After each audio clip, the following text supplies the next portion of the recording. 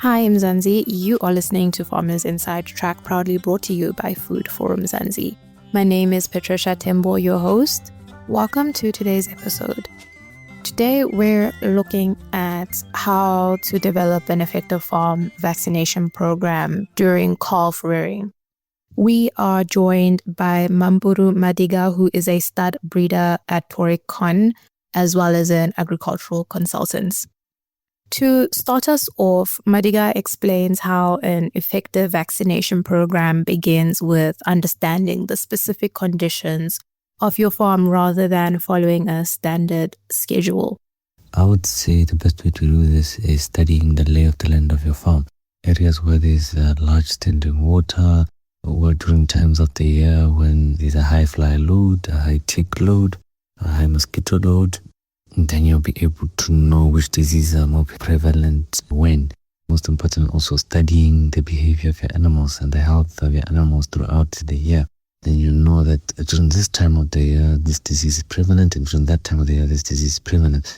Then you'll know, also looking at the animals, when they get sick, then you know, okay, from the rainy season, I know to vaccinate for lumpy skin in my calves and the breeding herd.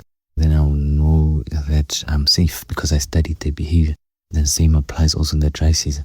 So fundamentally, the gist of what I'm trying to say is studying animal behavior and linking it with the conditions of your farm is the best way to establish a vaccination farm. But the key thing to remember of this point is that not all farms are the same. What can work for me may probably not work for my neighbor who's probably 50 k's down the road. So it just depends on the animals, number one, and also the lay of the land, the type of environment that the farm is based on. In this section of the podcast, Madiga explains how seasonal changes, rainfall, and local fought conditions determine which diseases are most likely to occur. The crucial thing we have to remember here is that these various climates, there's various fought types, there's various rainfall quantities that areas receive. And remember, rainfall quantity also influences the type of diseases that are prevalent in an area. Rainfall, the chances are higher that the higher the disease load will be of an area. So particularly if I refer to us, particularly in summer, the disease that we have to vaccinate our cows against is Rift Valley fever, lumpy skin, and 3-day stiff sickness disease. Whereas in winter, it's botulism, black leg, and anthrax. Those are the ones we have to vaccinate against. But then again, there's another concept particularly referred to as blocking, where we frequently inject oxytetracycline-based antibiotic. And this antibiotic works against eliminating the chances of the bacteria which causes heartwater. Heartwater is a disease that comes from ticks, which largely influences our herds on our farm, particularly in summer. So refer particularly to the colostrum-based. Remember now, colostrum, according to my experience, it protects cows for about 7 days after birth. So we try, because of our extensive system, on the second day, even though the animals have that colostrum and passive immunity, we inject them with the oxytetracycline antibiotic. And then the vaccines, we use them once the animals are 30 days of age. The reason why we use the antibiotic before the vaccine, because remember, antibiotic is more shorter acting compared to the vaccine, so we have to use it frequently, and also depends on the severity of our problem. The problem in terms of the heartwater severity problem on our farm. In this next section, Madiga explains to us how farmers should review and continue the vaccination program after weaning as disease risks continue during this period. To monitor as well post-weaning. Also check on the vaccination schedule again post-weaning, what's going on there.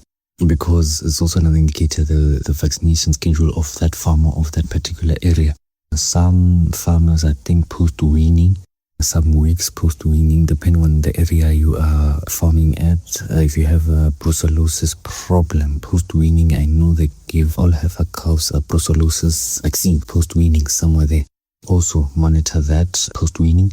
And also, I think I mentioned health and body condition, but yeah, also the health as well. If the animals is not looking good, also do make sure to deworm the animals post-weaning and also give them the mineral supplements that they need to boost them.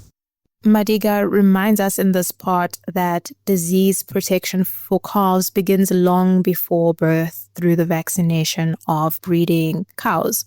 It is vaccinated throughout, basically, from when the mom is reared or decided to be reared. Farmer rears the mother as a breeding animal. That animal is vaccinated throughout its life, but more specifically or more effective when now that year, when the animal is approaching the breeding period, that animal is vaccinated throughout the period again.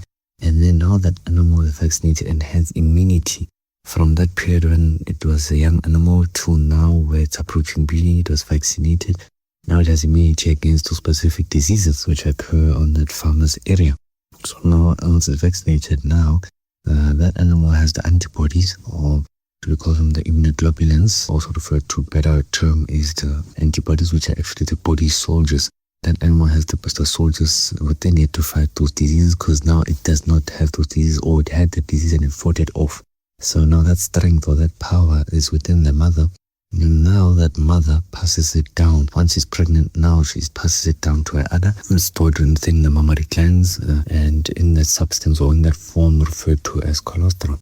And to bring things back to the importance of colostrum management, Madiga explains how newborn calves are highly receptive to absorbing antibodies immediately after birth, and why colostrum management is so important when looking at the entire vaccination strategy. It has the milk, and it has those soldiers within that first milk within it. And then that you'll notice that that first milk, how that colostrum is quite yellow in color, it's almost similar to custard. So now when that calf consumes that first milk, that body of that calf or that immune system of that calf is highly receptive. It's when we're coming to positive and negative things. But it's most important that as soon as possible, once that calf is born, consumes that colostrum, that it's receptive, it absorbs that colostrum, that it's able to take in those soldiers that help the harmful substances, which include the viruses, the bacteria as well, and also other foreign substances which may be present in the environment which may upset the animal and the animal's immune system. So colostrum is quite important, because now if it absorbs foreign substances or the negative substances in those first few hours of its life, then the animal is gonna die. And also a delayed access to colostrum by the animal in the first few hours of its life is very detrimental.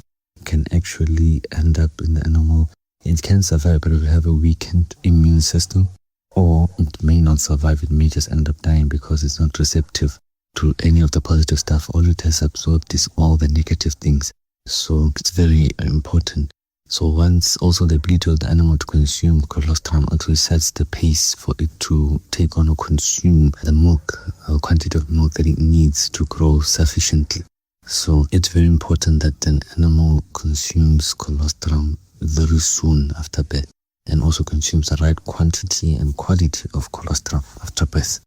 As I mentioned, if an animal has a delayed access to that colostrum, remember I mentioned in question 1 way, now the body is very receptive to absorbing positive and negative things. So if that animal is delayed in taking up that colostrum, now that means now the negative things are becoming a given platform now. Because remember now, if the animal is given birth in a veldt or in a kraal and it has a delayed access to the mother's breast milk, the colostrum is going to take up the bacteria and the viruses which are present in the air, in the manure, in the grasses and so forth. So that's going to end up resulting in the animal absorbing that negative things and getting sick. Thank you so much to Mampuru Madiga, who is a stud breeder at Taurricon, as well as an agricultural consultant, for sharing his insight with us. And that brings us to the end of this episode. Remember to subscribe to our podcast on your favorite platform. And you can definitely read more about everything discussed in today's topic by visiting www.foodformzansi.co.za. That's it from myself, Patricia Tembo, our technical producer, Megan van der Vent, and the rest of #Team Food for Mzansi. Thank you for listening and keep growing with us.